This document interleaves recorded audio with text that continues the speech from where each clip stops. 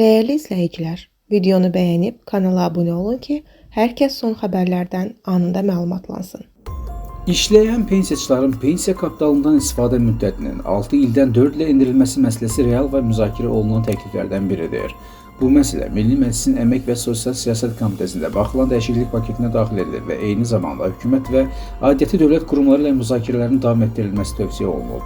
Xəbər verilir ki, bu sözlər açıqlamasında Milli Məclisin Əmək və Sosial Siyasət Komitəsinin üzvü Vüqar Bayramov bildirib.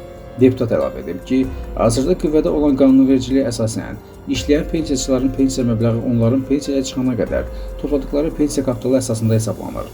Vətəndaşın pensiyası ilkin mərhələdə 500 manat müəyyənləşdirilir.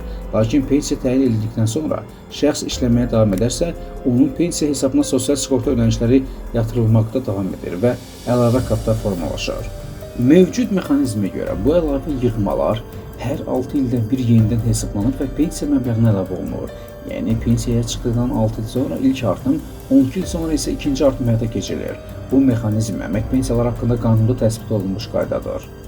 Təklif olunan dəyişiklik isə ondan ibarətdir ki, inkişaf etmiş ölkələrin təcrübəsinə uyğun olaraq bu müddət 6 ildən 4 ilə endirilsin. Yəni, işləyən pensiyaçı 6 il gözləmədən artıq 4 ildən bir pensiya məbləğində artım əldə etsin.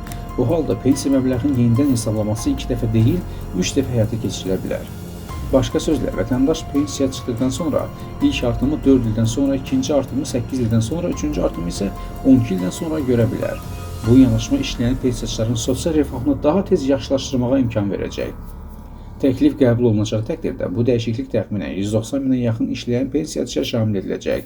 Bu isə həm sosial ədalətin gücləndirilməsi, həm də əmək fəaliyyətini davam etdirən pensiyaçıların əlavə stimullaşdırılması baxımından müsbət addım kimi qiymətləndirilir.